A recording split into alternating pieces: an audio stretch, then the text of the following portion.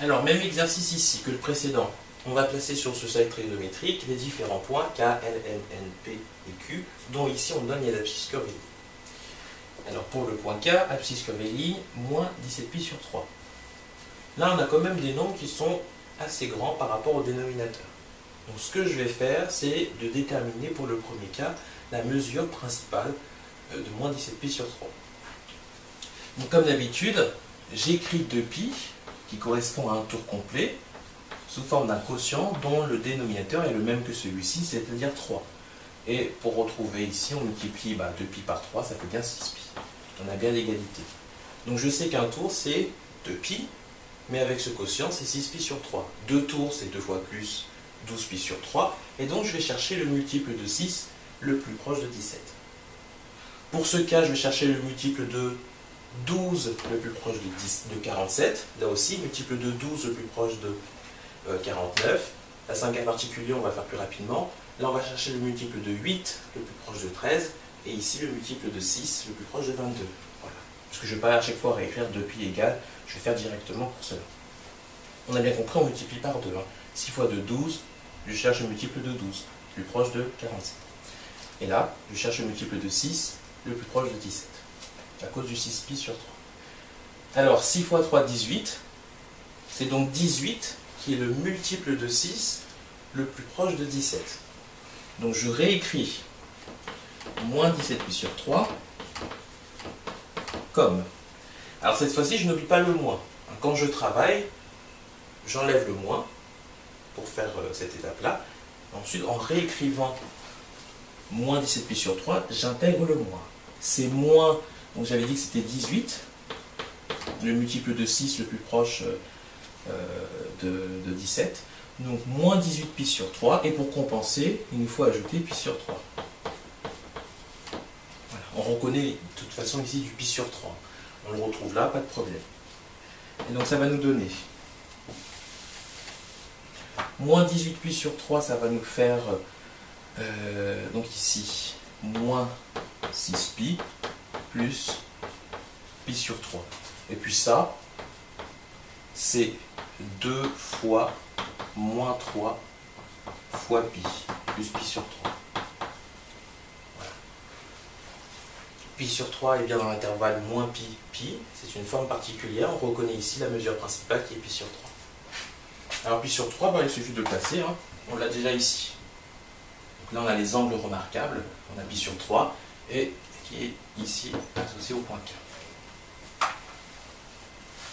Même chose, 47pi sur 6. Là aussi, je vais faire directement.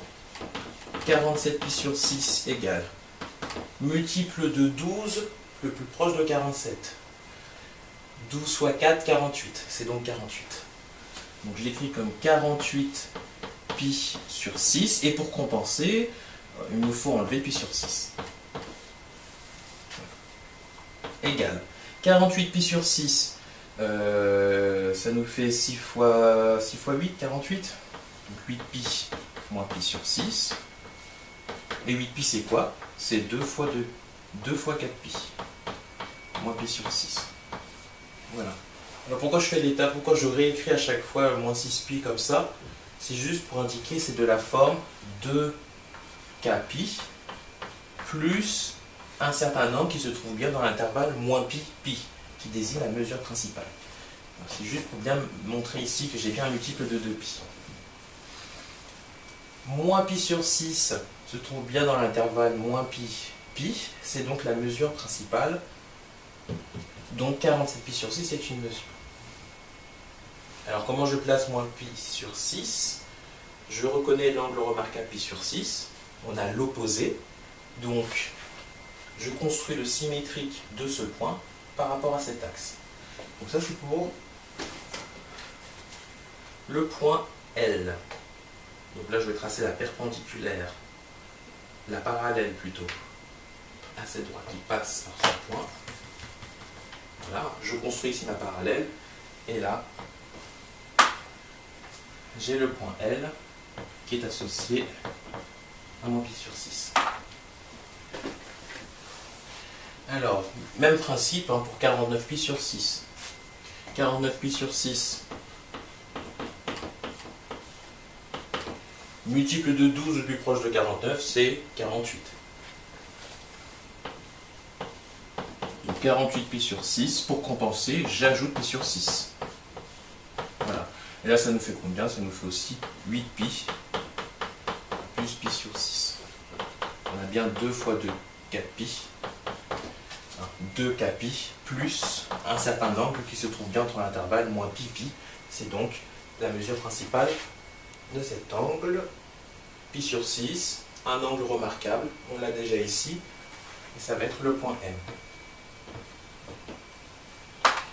Pour le point N, 35 pi, on va le faire directement. On sait qu'un tour complet c'est 2 pi. Je refais encore un tour, 4 pi. Donc si devant pi vous avez un nombre pair, ce sera forcément ici. Si c'est un pair, c'est ici. En effet, 35 pi, c'est 34 pi. Plus pi. 34 pi, vous êtes là, vous ajoutez un demi-tour, vous êtes là.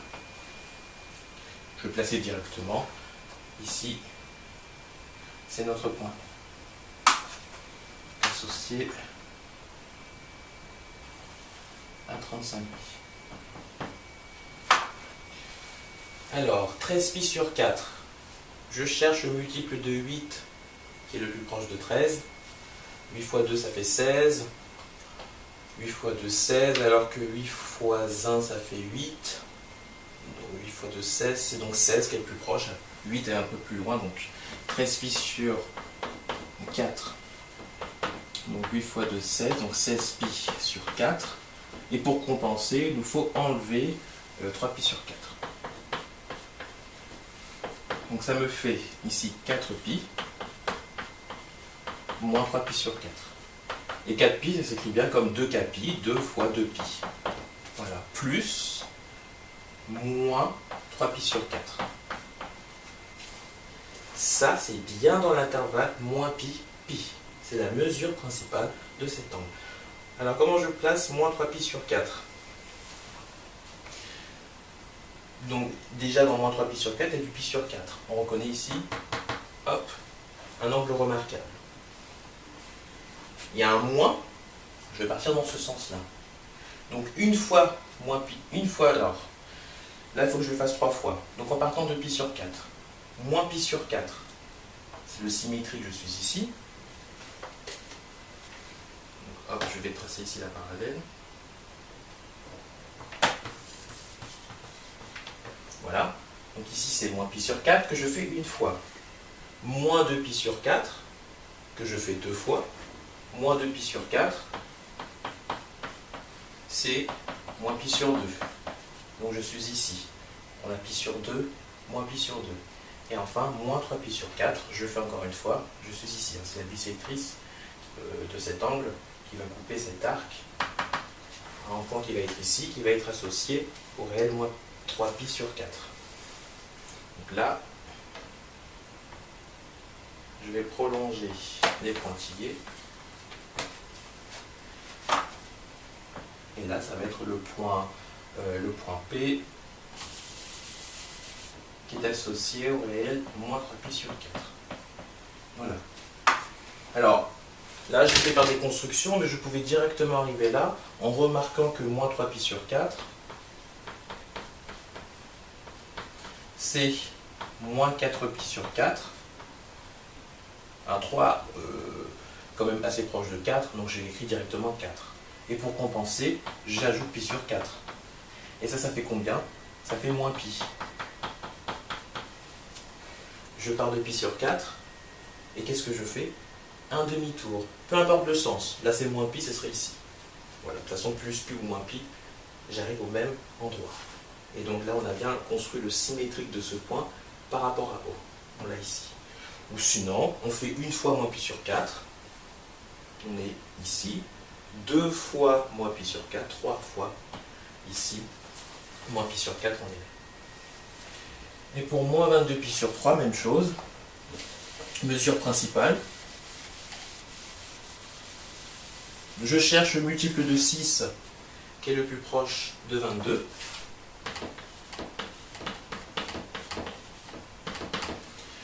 Multiple de 6, 6 fois 3, 6 fois 4, 24, il y a 2 d'écart, 6 fois 3, 18, il y en a un peu plus, c'est donc 24. Le multiple de 6 le plus proche de 22, c'est 24. Je n'oublie pas le moins, hein, par contre. Donc ça nous fait moins 24 pi sur 3, et pour compenser, il nous faut ajouter 2 pi sur 3. Ça me fait 24 divisé par 3, ça fait 8. Moins 8 pi plus 2 pi sur 3. Et ça s'écrit bien de la forme 2k pi. 2 fois, mon k du coup c'est moins 4 fois pi. Et puis 2 pi sur 3 c'est bien dans l'intervalle moins pi, pi. C'est la mesure principale de cet angle. Alors comment on place 2 pi sur 3? Toujours deux possibilités. Ou bien je pars du pi sur 3, dans 2 pi sur 3, on a pi sur 3, je reconnais l'angle remarquable, j'ai une fois pi sur 3 et 2 fois pi sur 3, je vais être à peu près ici. Bien, 2 est très proche de 3, donc j'écris que c'est 3 pi sur 3, et pour compenser, il me faut enlever pi sur 3. Et ça me fait combien? Ça me fait pi moins pi sur 3. Je peux le réécrire de cette manière. Je sais où se trouve moins pi sur 3, par rapport à pi sur 3, hop, ils sont symétriques ces points par rapport à cet axe. Donc je vais être ici. J'ai le point qui est associé au réel moins pi sur 3, auquel j'ajoute pi. Je fais un demi-tour. Et faire un demi-tour, on a bien compris que ça revient ici.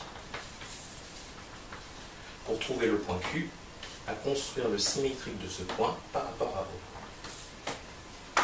Et là, j'ai le point Q, associé au réel, moins 22 pi sur 3.